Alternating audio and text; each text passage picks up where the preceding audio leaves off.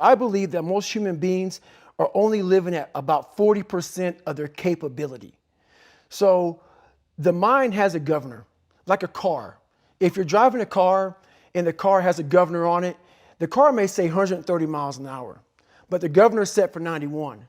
Once that governor sets in, you get to 91, that car starts doing this. The car wants to go. The car wants to go, but that fucking factory said, we're not going past 91. We have a factory, a nice governor in our brain, and it's a survival mechanism. It protects us from pain and suffering. The second we feel that shit, our mind says, oh no, this isn't fun. We should back off. We should sit down, find something more comfortable. And there's something about the mind.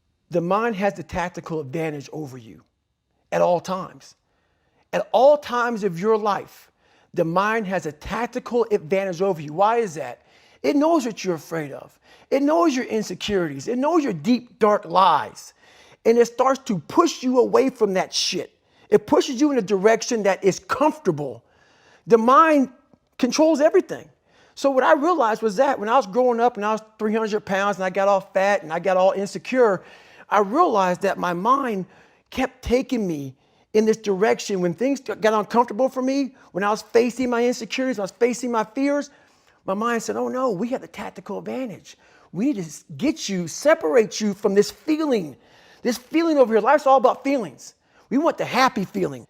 We don't want that feeling of this sucks. Why am I here? And you don't have any, so you can't answer those questions, so you leave.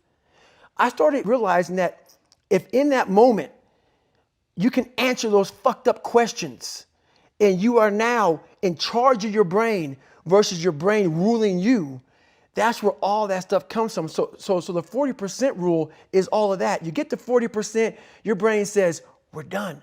Let's roll, man. This is starting to get painful. This is uncomfortable. So you sit down.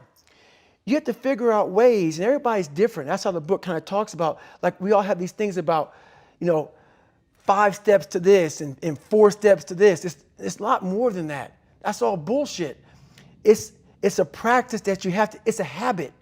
So if you know that at 40%, I'm feeling pain. At 40%, I'm feeling pain. That's where the 40% rule kicks in. Now it starts. Okay, I'm feeling pain.